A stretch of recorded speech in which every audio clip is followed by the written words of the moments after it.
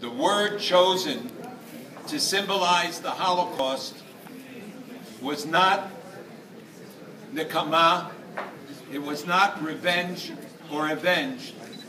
The word chosen to symbolize the Holocaust was zachor, remember. Remembrance is a unique concept in Jewish life. Remembrance for us is not about the past, but about the future. Zechira is different than history, even though there is no Hebrew word for history, because for us the study of the past is about our responsibilities to the future. Zechira is a dynamic process. History is static.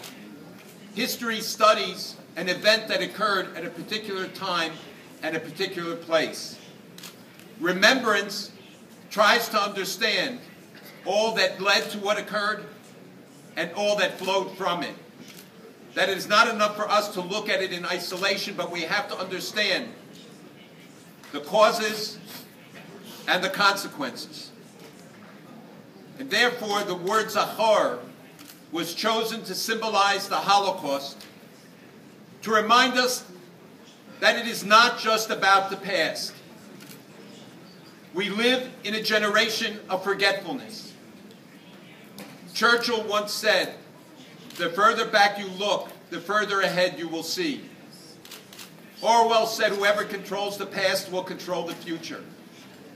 Our sages said it 1,000 years earlier, that they understood that remembrance, education, was critical for our future, that only those who learned the lessons of the past are able to meet the responsibilities of the future. Those who learn the lessons, as Santayana says, that those who do not are doomed to repeat them. So we look back, we look at the events of the Holocaust, not because we want to dwell on the tragedy, but because we want to spare future generations those tribulations, those dangers, and the consequences of the indifference of a world that did not act. I had the privilege of being in Kiev just recently for the dedication at Babi Yar and for the memorial of the 70th anniversary. And I had the chance to speak at that sacred but very bloody place, where tens of thousands of Jews were massacred and all but forgotten. And the new museum will bring at least their memories to future generations. That is the significance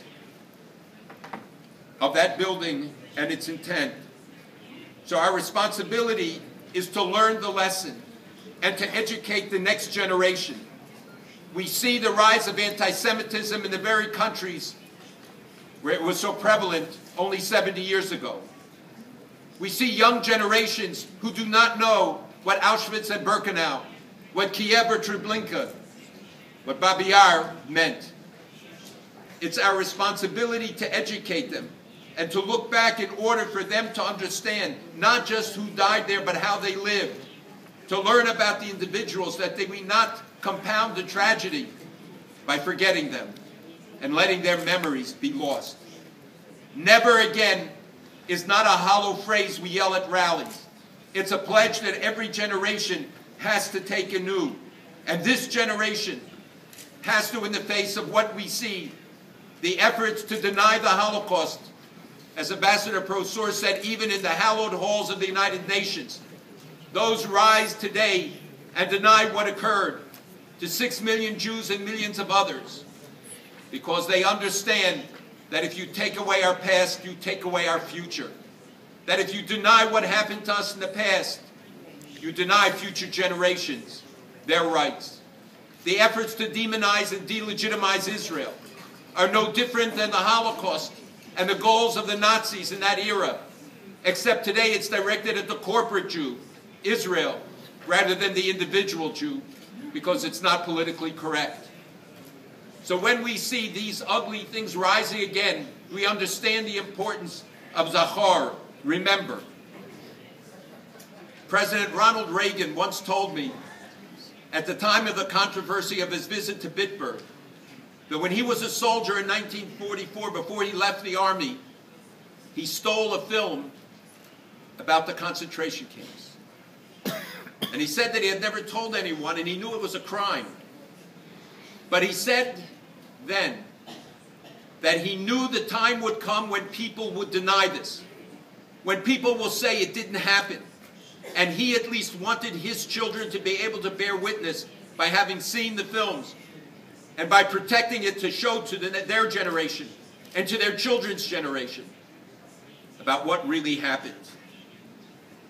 Unfortunately, how right he proved to be, that we have a generation rising that doesn't know.